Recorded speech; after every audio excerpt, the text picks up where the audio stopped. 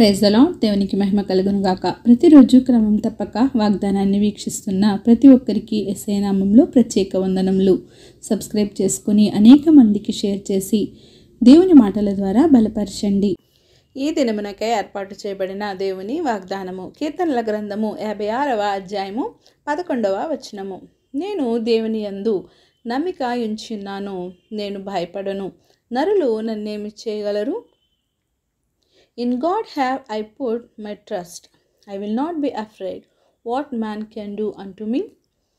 భయపడకు అనే మాటను దేవుడు మనకు ధైర్యము కొరకు, మన పరిస్థితులను బట్టి వాటిని ఎదుర్కొనడానికి, భయపడకుండా జీవించడానికి, వాటికి ఎదురు నిలుచుట కొరకు, పిరికితనంను మన నుండి దూరం చేసుకున్నట కొరకు పరిశుద్ధ గ్రంథంలో మన కొరకు ఉంచడం జరిగింది. ఆయన భయపడకు అనే మాటను ఆనాటి మొదటి నరుని కొరకు, ఈనాటి నీ కొరకు, నా కొరకు కూడా ధైర్యం కొరకు ఆ వాక్యాన్ని మన కొరకు పొందుపరిచారు. పిరికి ఆత్మను దేవుడు తన పిల్లలకు దాయి చేయలేదు. నీవు నిజముగా దేవుని యందు నమ్మిక ఉంచినట్లయితే నీవు దేనికిని భయపడవు. నరులు నన్నేమి చేయగలరు?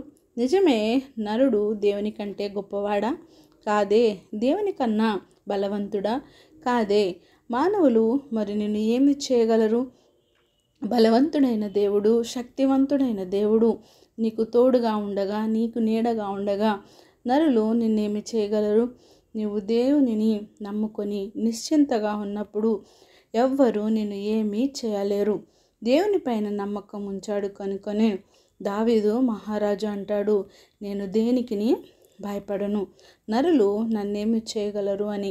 నిజమైన బలవంతుడైన దేవుణ్ణి, శక్తిమంతుడైన దేవుణ్ణి మనము కలిగి ఉన్నాము.